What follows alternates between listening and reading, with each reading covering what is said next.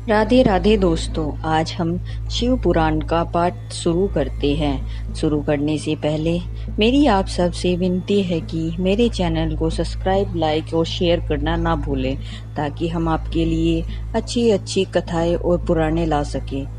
ओम नमः शिवाय। चलो आइए शुरू करते हैं। राधे राधे दोस्तों, आपका फिर से स्वागत है मेरे YouTube चैनल राधे श्याम में। आज हम आपको आगे की कथा सुनाते हैं। चलो आइए शुरू करते हैं। पार्वती की ऐसी बात सुनकर भगवान सदाशिव बड़े प्रसन्न हुए और उनसे हंसते हुए से प्रेम पूर्वक बोले। शिव ने कहा, देवी महेश्वरी, मेरी यह उत्तम बात सुनो। यह उचित, मंगलकारक और निर्दोष है। इसे सुनकर वैसा ही करो, वरने ब्रह्मा आदि जितने भी प्राणी हैं वे सब अनित्य हैं। भामिनी, यह सब जो कुछ दिखाई देता है इसे नश्वर समझो। मैं निर्गुण परमात्मा ही गुणों से युक्त हो एक से अनेक हो गया हूँ। जो अपने प्रकाश से प्रकाशित होता है वही परमात्मा में दूसरे के प्रकाश से प्रकाशित होने वाला हो गया। देवी, मैं स्वतंत्र हूँ, परंतु तुमने मुझे परतंत्र बना दिया है।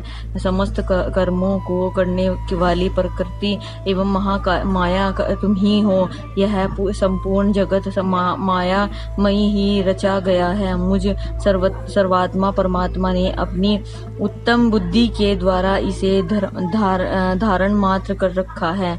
सर्वत्र परमात्मा भाव रखने वाले सर्वात्मा पुण्यवानों ने इसे अपने भीतर सींचा है तथा यह तीनों गुणों से आवेष्टित है। देवी, वर्णी कौन मुख ग्रह है, कौन से ऋतु समूह हैं, अथवा कौन दूसरे ग्रह उपग्रह हैं। इस समय तुमने शिव के लिए क्या कहा है, किस कर्तव्य का विधान किया है। गुण और कार्य के भेद से हम दोनों ने इस जगत में भक्त वत्सल्यता के कारण भक्तों को सुख देने के हेतु अवतार धारण किया है, ग्रहण किया है। तुम ही रज तत्व, तमोमय, त्रिलोकगामी सूक्ष्म प्रकृति हो। सदा व्यापार कुशल, सगुण और निर्गुणा भी हो।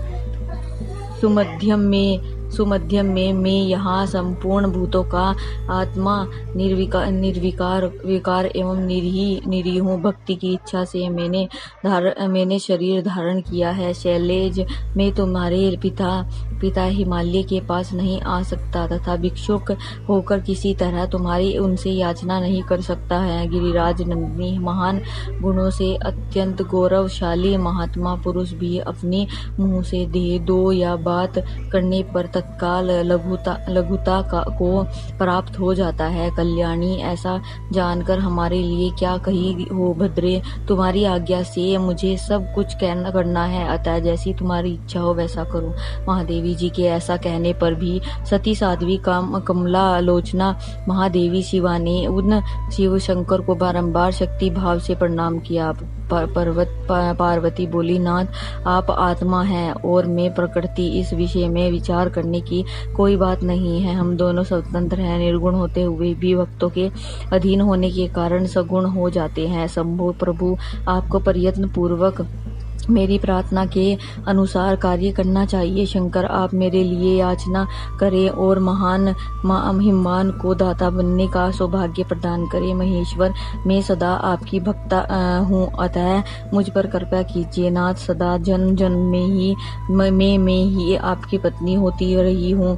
आप पार ब्रह्म परमात्मा और निर्गुण है, प्रकृति से परे हैं, निर्विकार हैं, निरीह एवं स्वतंत्र परमेश्वर हैं। तथापि भक्तों के उद्धार में संलग्न होकर यहाँ सगुण भी हो जाते हैं। स्वात्मा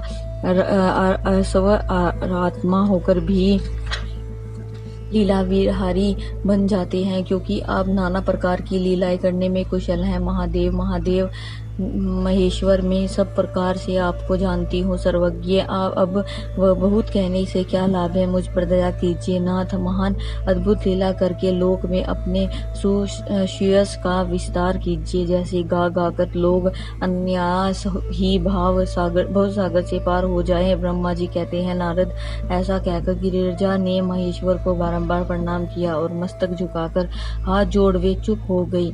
उनके ऐसा कहने पर महात्मा महेश्वर ने लोक लीला का अनुसरण करने के लिए वैसा करना स्वीकार कर लिया।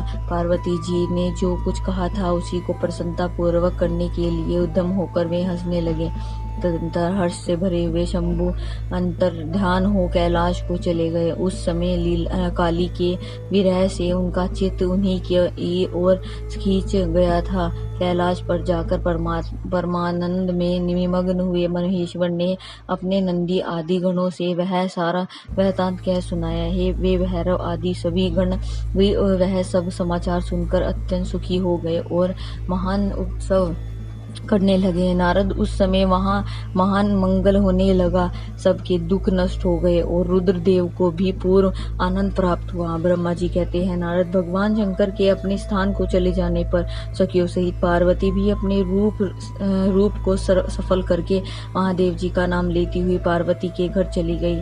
पिताजी के घर चली गई। पार्वती का आगमन सुनकर नैना और हिमाचल दिव्य रथ पर आरूढ़ हो हर्ष से विलय होकर उनकी अगवानी के लिए चले। पुरोहित पुरवासी अनेकानेक सखियां तथा अन्य सब संबंधी भी आ पहुंचे। पार्वती के सारे भाई मैनाक आदि बड़े हर्ष के साथ जय जयकार करते हुए उन्हें घर ले आने के लिए गए। इसी बीच में पार्वती अपने नगर के निकट आ गई। नगर में प्रवेश करते समय शिवा देवी ने माता पिता को देखा, जो अत्यंत प्रसन्न और हर्ष से विचलित होकर दौड़े चले आ रहे थे। उन्हें देखकर हर्ष से भरी हुई काली ने सखियों सहित प्रणाम किया। माता पिता ने पूर्व रूप में आशीर्वाद दे पुत्री को छाती से लगा लिया और ओ मेरी बच्ची ऐसा कहकर प्रेम से विहर रोने लगे। तत्पश्चात अपने घर की दूसरी स्त्रियां तथा भाभियों ने भी बड़ी प्रसन्नता के साथ प्रेम पूर्वक उन्हें भुजाओं में भरकर भेटा। देवी, तुमने अपने कुल का उद्धार करने वाले उत्तम कार्यों को अच्छी तरह सिद्ध किया है। तुम्हारे सदाचरण से हम सब लोग पवित्र हो गए हैं। ऐसा कहकर सब लोग हर्ष के साथ पार्वती के भूरी प्रशंसा करते हुए उन्हें प्रणाम करने लगे। लोगों ने चंदन और सुंदर फूलों से शिवा देवी का स्नान पूजन किया। इस अवसर पर विमान पर बैठे हुए देवताओं ने पार्वती को नमस्कार करके उन पर फूलों की वर्षा करते हुए स्तुति की। आज की कथा में यही समाप्त करते हैं। आगे की कथा हम आपको कल सुनाएंगे। ओम नमः शिवाय। अगर आपको मेरी वीडियो अच्छी लगी तो बेल आइकन दबाना ना भूलें, ताकि आपको मेरे आने वाली वीडियोस का नोटिफिकेशन मिलता रहे। धन्यवाद। ओम नमः शिवाय।